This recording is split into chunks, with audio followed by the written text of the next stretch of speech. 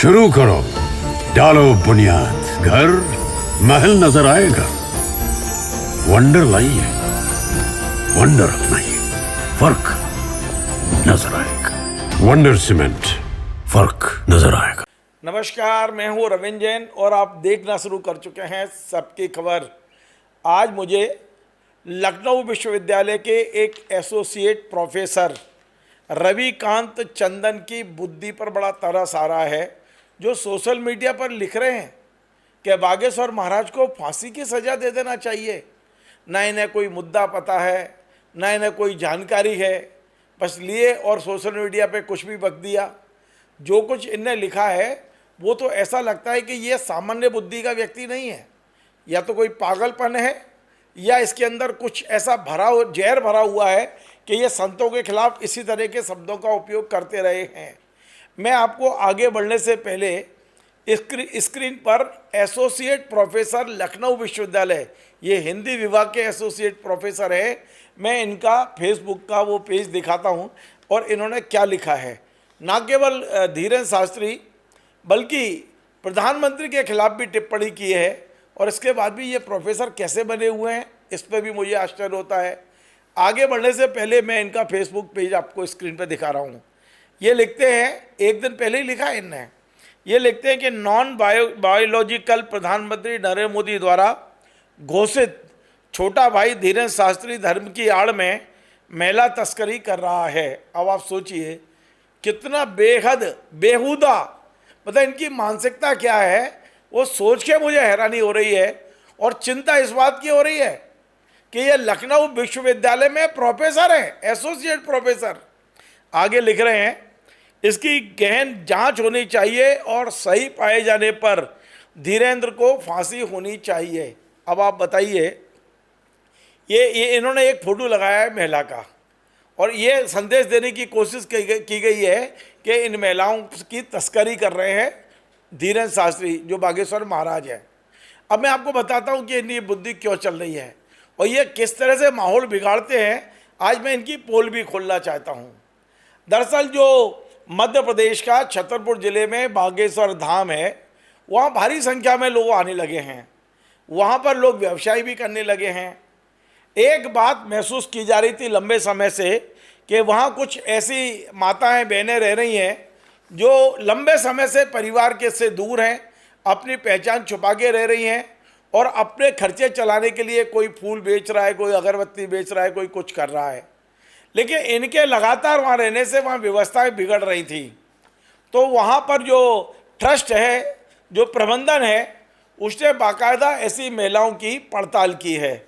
लगभग 50 महिलाएं और पुरुष ऐसे मिले हैं जो लंबे समय से बागेश्वर धाम में रह रहे हैं, जिनकी गतिविधियां भी संदिग्ध हैं। संदिग्ध का मतलब कोई ऐसा नहीं कि संदिग्ध का मतलब ये है कि वे कई चोरी चकारी के उसमें भी आ सकती हैं। लोगों का सामान चोरी जाता है तो वो भी संदिग्ध के रूप में देखी जा रही थी। तो बाकायदा ट्रस्ट ने एक सूची बनाई है, मैं स्क्रीन पर दिखा रहा हूँ। 50 लोग ऐसे हैं जिनके मोबाइल नंबर भी मिल गए, जिनके थे, इनके नाम है। ये लगभग 50 लोगों की, 54 लोगों की सूची ये ट्रस्ट ने जारी की है, और ये ट्रस्ट ने जारी की है, जिला प्रशासन को दी है, ये पुलिस को दी है, पुलिस चौकी को दी है कि भाई ये 50 लोग ऐसे हैं जो लंबे समय से धाम पर रह रहे हैं। धाम ने इनकी कोई व्यवस्था नहीं की, धाम ट्रस्ट ने इनको कोई मंजूरी नहीं दी है, ये वहाँ रह रहे हैं और लोगों को बड़ी दिक्कत कर रहे हैं।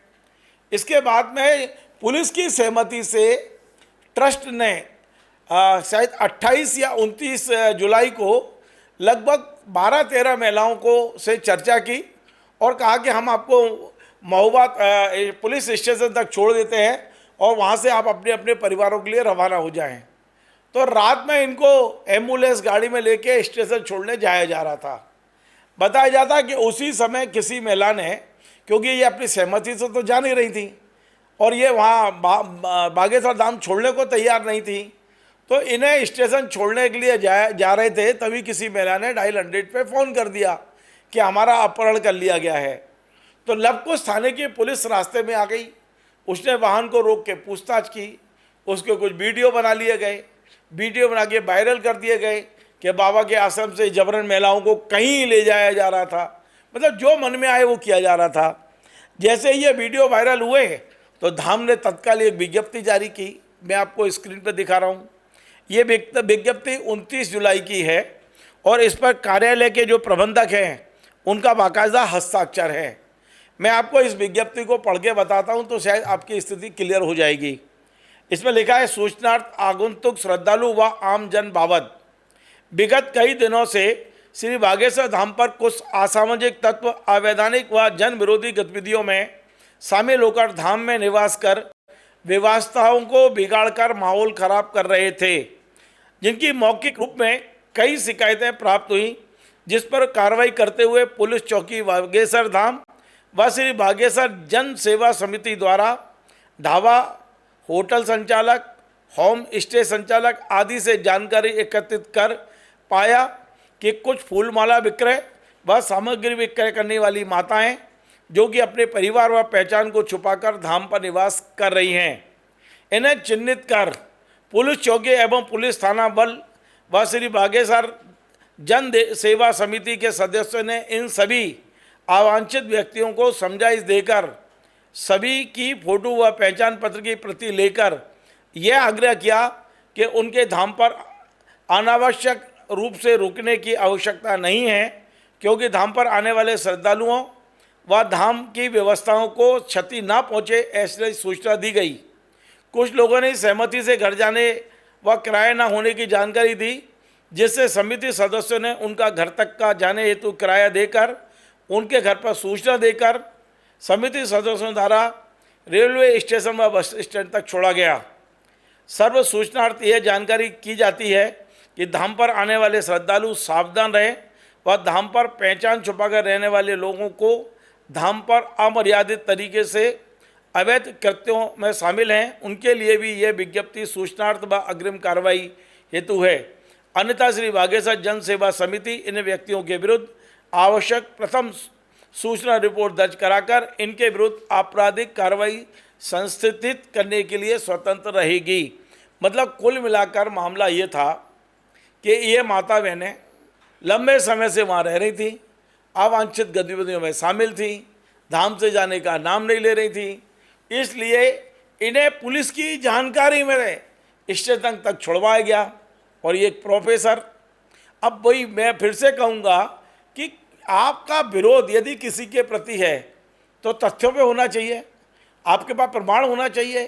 कुछ भी बकेंगे आप तो टीचर हैं, कॉलेज के, विश्वविद्यालय में एसोसिएट प्रोफेसर हैं हिंदी के, आप पढ़ लेते, पता लगा लेते, आप अखबारों को देख लेते। कुछ भी बक रहे हैं आप, कुछ भी लिख रहे हैं कि बागेश्वर महाराज महिलाओं की तस्करी करते हैं, उन्हें फांसी की सज़ा दे देना चाहिए।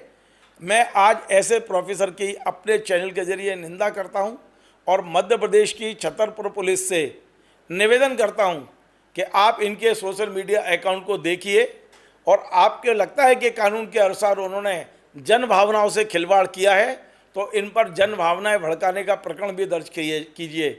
इसमें बागेश्वर धाम खुद नहीं जाएंगे रिपोर्ट कराने के लिए या महाराज खुद नहीं जाएंगे, लेकिन जिस तरह महाराज के हज़ारों लाखों करोड़ों जो भक्त हैं, निश्चित तौर पे ऐसे लोग जिनको ना कोई जानकारी है, ये कुछ भी मतलब ये कहते हैं तिल का ताड़ बनाने की कोशिश जो हो रही है उस पर कहीं ना कहीं कंट्रोल होना चाहिए, कहीं ना कहीं रोक लगना चाहिए।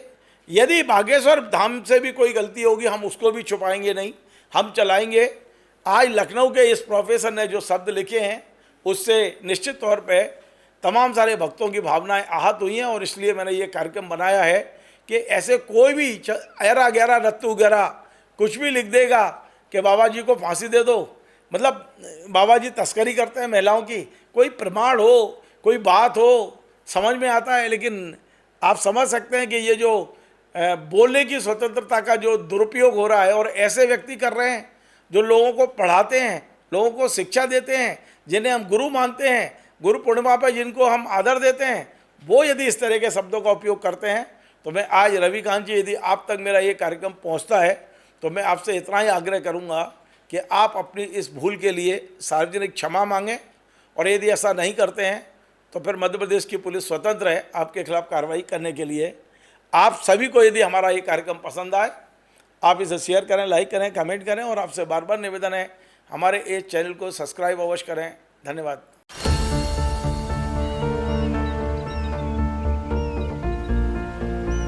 जो बनकर मेरा हमसफर आएगा सिर्फ उसी को फर्क नजर आएगा। शुरू करो, डालो बुनियाद, घर महल नजर आएगा।